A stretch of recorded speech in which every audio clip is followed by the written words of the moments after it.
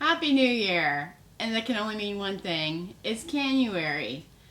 And in this month, we're going to be talking all about canning. And we're going to be part of Canuary, hosted by Lisa Sutton at SuttonsDaze YouTube channel, who's having a big giveaway at the end of the month on January 31st at 7:30 p.m. Eastern Standard Time.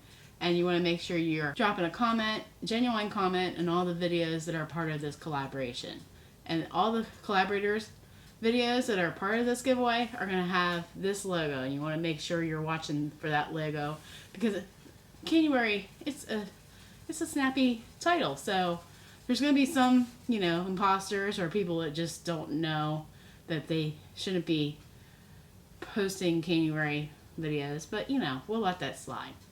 I'll leave a list of the creators down below for you in the schedule. That way you know who to turn into on which day to increase your chances of winning a nice canner from 4-Jar Lids or from Lisa Sutton. She's giving away a steam canner.